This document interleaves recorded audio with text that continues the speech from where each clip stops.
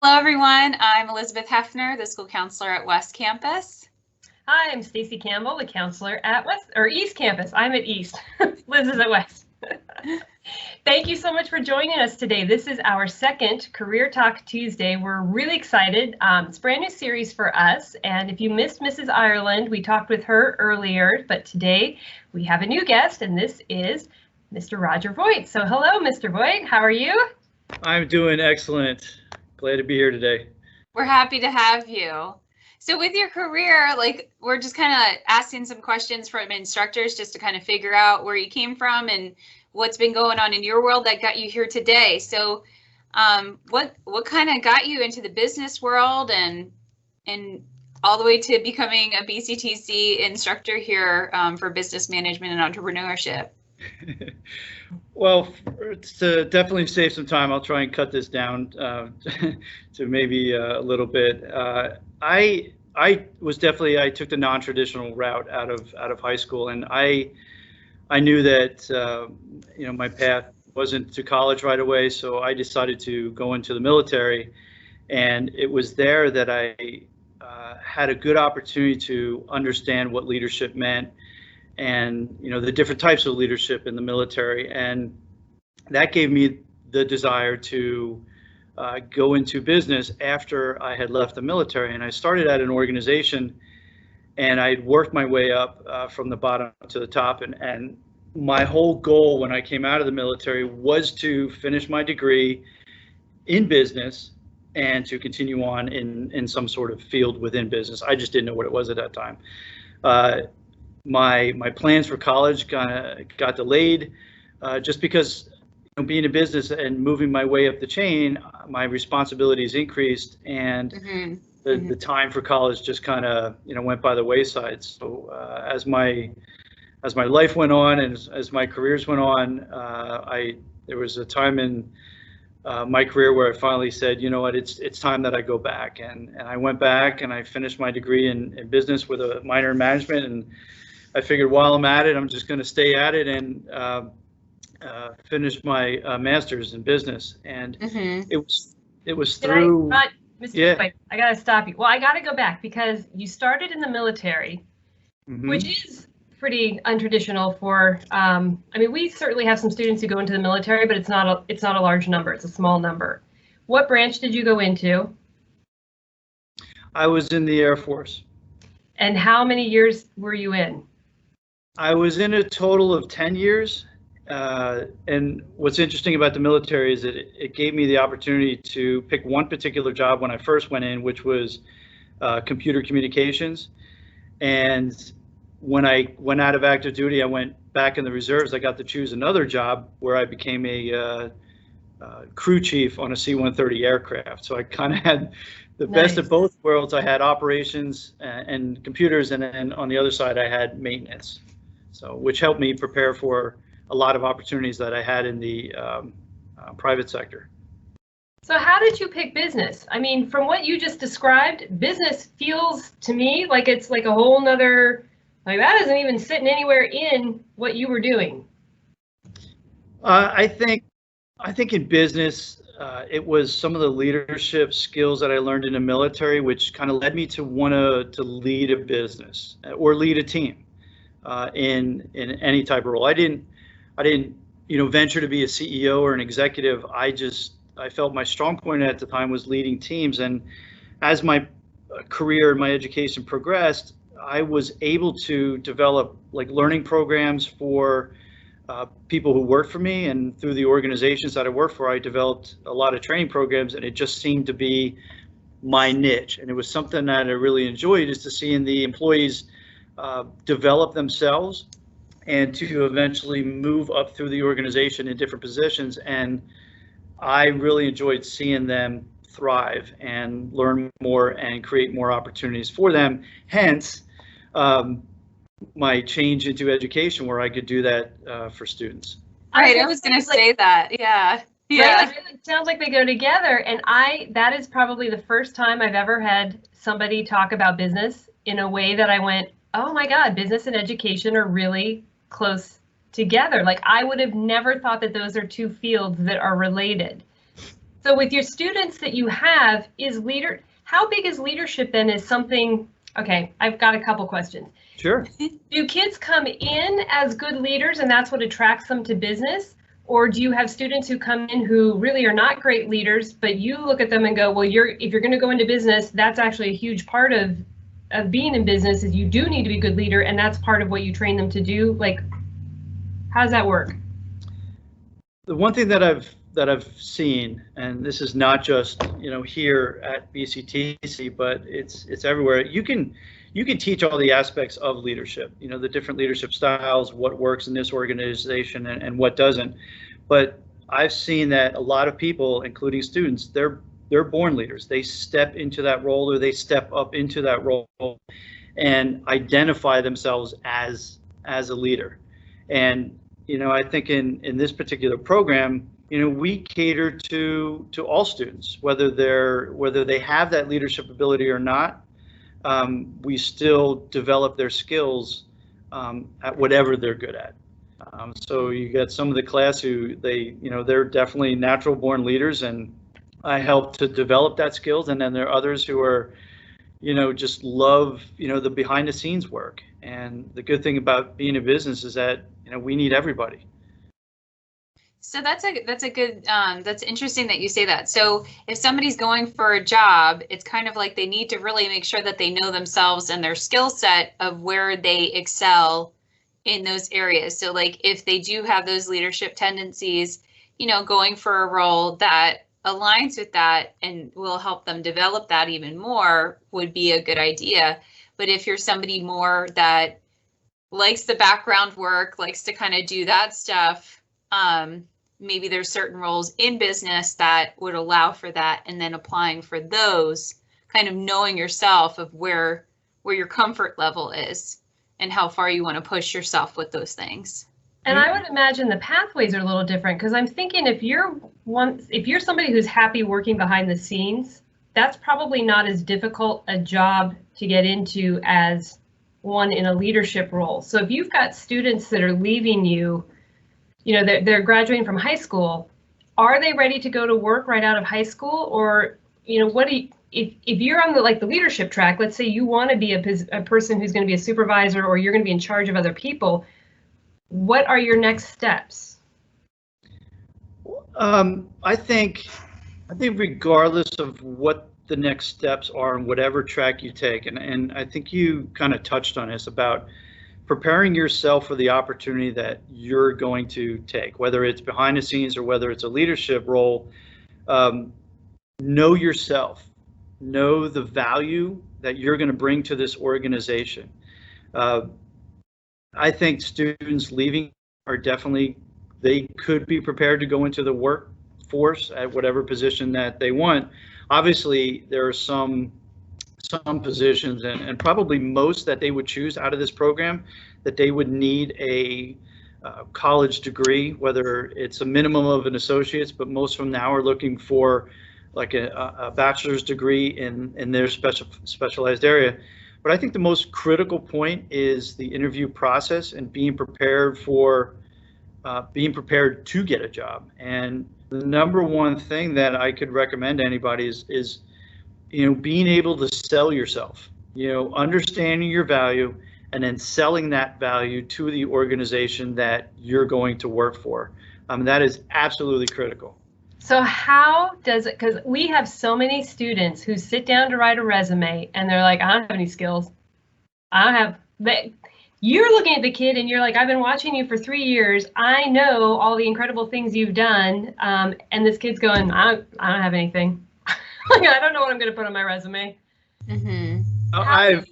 I've heard that so many times when, we've developed resumes in the beginning of this year, and, a lot of students would show me their resume and it's obviously being a 10th grader, there's no job experience, or there isn't a lot of job experience. Well, we can turn, their life experiences into the job selling points, without having any type of job related skills. So there's a lot of things that you can sell yourself on other than just having that work experience. And that's something that we can develop in this program for those who don't have a lot of that experience. For the students that are watching on here that aren't in business management, so I'm just kind of translating what you said there, which is even if you haven't worked in a field, let's say that you're applying for a job, I don't know, at a grocery store or a fast food restaurant or whatever, just finding your life experiences and using them as kind of a marketing point for yourself. Like if you babysat, or if you are a really good organizer at home, or you have good grades, or you're really important about attendance at school. All of those are marketing points for yourself to be able to, like you called it, sell yourself to the employer, even if you don't have that work experience before. And I know that myself and Mrs. Campbell are always available if a student has any questions of how to be able to market themselves. But I also hear something of that confidence of knowing yourself, which means, from what I know, you have to practice, right? So like if you're going in an interview situation, what would you recommend that a student does? Like, should they just go right in? Should they maybe think about those skills first before they go in and practice it with maybe somebody? I don't know. What would you suggest? Oh, that's a fabulous question. And I always say that, you can't prepare for every question that they're going to ask you. I can recall numerous times that I've been in interviews, and I've interviewed, 1,000 people in my lifetime. And, sometimes interviews turn different, just like the conversation that we're having. One question can lead to another, and you're straying maybe from a list that you had made up in the beginning. And I've seen that so many times. But the preparation that I've always made before I went in is not necessarily review or thinking of questions that they're going to ask me. It's just knowing myself and believing in the value that I can add to the organization. Whatever's on my resume, is, things such as the actions that I've taken and the results that I've produced. And it's basically a timeline of your career. And if you know that, and you're able to sell yourself and, convince or explain to the employers what type of value you can add to their organizations, I mean, that is absolutely critical. The questions are going to come, but like I said, there's no way you can prepare for each one. And believe it or not, it does get easier with time. So I got to ask, what is the worst interview or the strangest interview that you ever had? I have my own story, but I'd love to hear yours. Oh, and this is interesting, and this goes exactly to what I just mentioned, and this is a great segue to the value that you have and what value you can bring to the organization. I went to an interview, and I knew I was kind of towards the end of the interview process, and it just happened that I was recommended by somebody. Went to and I believe it was a director level interview, and we sat down, and things just started off great, and they were going to bring in lunch. And as we got into the interview, I could tell that they were hung up on a couple of things, and it just seemed like they were preoccupied. They might have been looking at notes or something other than the interview. And I knew at that particular time that I did not want to work for an organization that conducted interviews like that. I feel that no matter who the candidate is, if you're going to bring them in, you should show them the respect that you show every candidate that you do interview. And I definitely walked out of there knowing that the value that I could add I could add too much significant value to that organization versus what I would get back. So the interview told me a lot about the company itself. That came up in the last when we were talking with Mrs. Ireland. She said the same thing, that an interview is a two-way street. Like they're interviewing you, you are also interviewing them to try to figure out, because I think that's one of the challenges is, you go for an interview and you really don't know anything. You really don't know the culture of the company. You can go online and you can look at things and you can talk to people who work there, but until you actually step foot in that building and you feel the energy around you and you see the nonverbal body language between people and you really begin to figure out like what is this environment like, I think you're right. That interview piece is so huge. Mm-hmm. So did anybody ever ask you, my wackiest one was somebody asked me once in an interview to tell them a joke. And I thought, like on the spot, so you're already nervous, tell me a joke. And I'm going, well, the only ones I know are dirty, and I don't feel like that would be appropriate to share with you. And so we had a good chuckle about it, and we moved on. And I thought, I don't know any jokes. I don't even know any dirty jokes. Like, it's just, I thought, man, he must throw this out to try to rattle people. And he did admit that at the end of the interview. He's like, this is a question I throw out just to see how people will handle it. Huh. I've noticed a lot. Like I said, I've interviewed, a lot of significant jobs, and believe it or not, I got to the point where I really enjoyed interviews, and I'd been to interviews where I've interviewed with, I think, 7 or 8 people over the course of 4 to 5 months for just one job, and that was their vetting process, and it took that long. 7 or 8 months. 7 or 8 people over the course of like 4 or 5 months. Okay. And I've also, I think I counted at one particular time, the interview lasted 4 hours, and I met with a total of about 12 different people. One of them was a room of 7 individuals themselves. Wow. 7 against 1, and they went around a room and asked questions. That's not intimidating. It was interesting, but if you treat each person as a separate interview, it makes it a lot easier, and not looking at it as a whole, but that one-on-one conversation that makes those interviews that great. And like we had mentioned earlier, hold on, Mr. Voit. We have to underscore that, because that was a huge.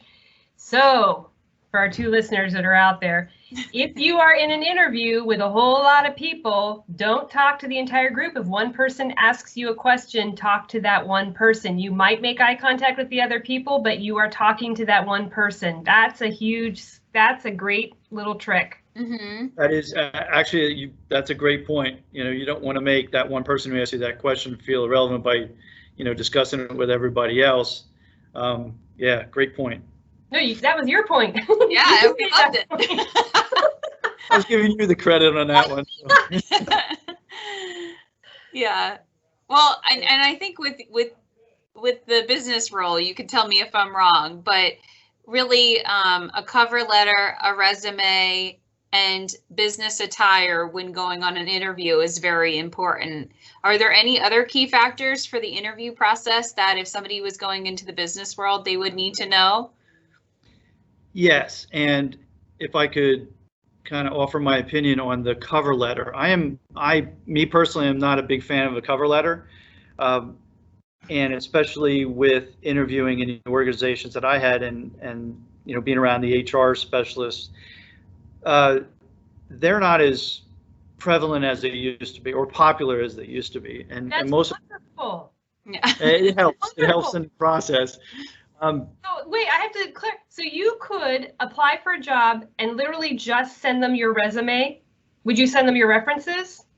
Would that be a second, or do you not even do references? You just send them the resume? That's a great question. Just about everybody, every time I apply for something, I never sent a cover letter, always sent a resume.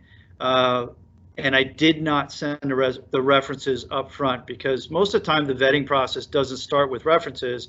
It just starts with the basic looking at the resume and are you qualified for the position?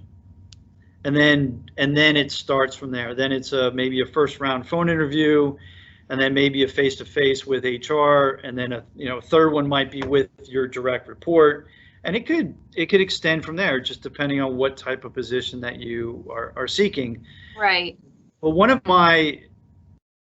of the things that I would suggest doing, and I felt that this kind of brought everything full circle, was instead of the cover letter, send a follow-up email or a letter to the organization, specifically to the ones that you interviewed. Chances are you're not going to get a response, but chances are what you're sending them is the highlights of your interview, and you're going to reiterate the value that you're bringing to the organization. And you, like I said, highlight the specific things that you talked about, how you're going to help that company grow, and if you're in a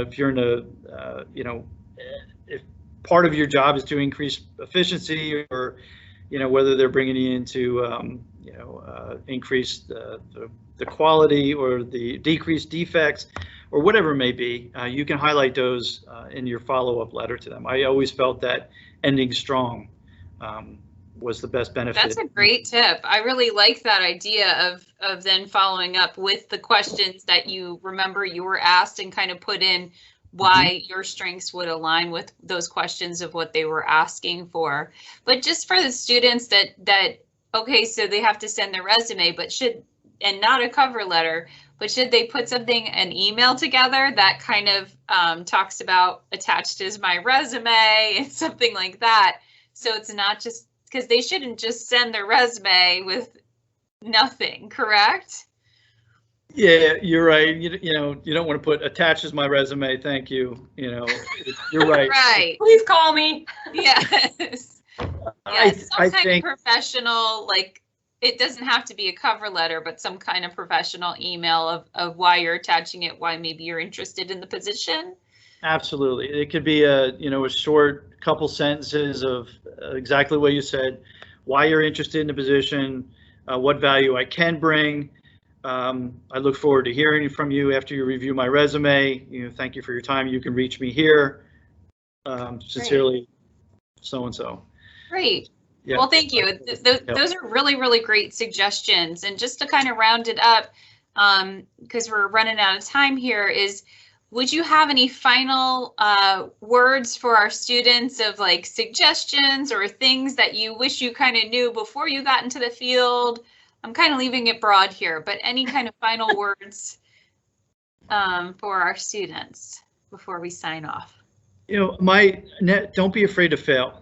I mean, that is my lifelong motto. I've learned what I have through failing, and I try to instill that in my students too. That don't be afraid to make a bad decision, and the consequences. As long as you learn from the consequences of that decision, you can build upon that and be even better later. You're going to fail through interviews. You're going to stumble. You're going to make mistakes, but it's how you get back up and how you respond to the next question. Take each question one at a time. One question you might not know how to answer, and you can say that. Be honest. Know yourself. Know what kind of value you can add, and have fun at the interview. Smile. Laugh if you need to. If you can't think of a joke, just I don't have a joke. I'm just not a jokey person, and go from there. I do have to add before we go, and I know one of the questions was the most interesting job you have, but I just had to share with our audience that, I didn't always used to be a business management and entrepreneur instructor. My first job, I worked at Showbiz Pizza Place, and I got to dress up as Billy Bob, the character, and enlighten the crowd, and the audience was there, and sing happy birthday, and I got to go out in the community as a representative of Showbiz, dressed up as a bear. Their pictures. Are there pictures somewhere? This is what we really need to know. Maybe none that I'm going to share, but there are some pictures out there of me dressed up as Billy Bob. Your job is to find Mr. Voigt's wife. Partner, whoever find, we need to track these down. I'm sure they're hidden somewhere, but I just wanted to share that with everybody. So right. Well, that's awesome. Thank you so much for your time, and thank you all for watching Career Talk Tuesdays, and I hope you all have a great day. Thanks. Thank you. Thank you.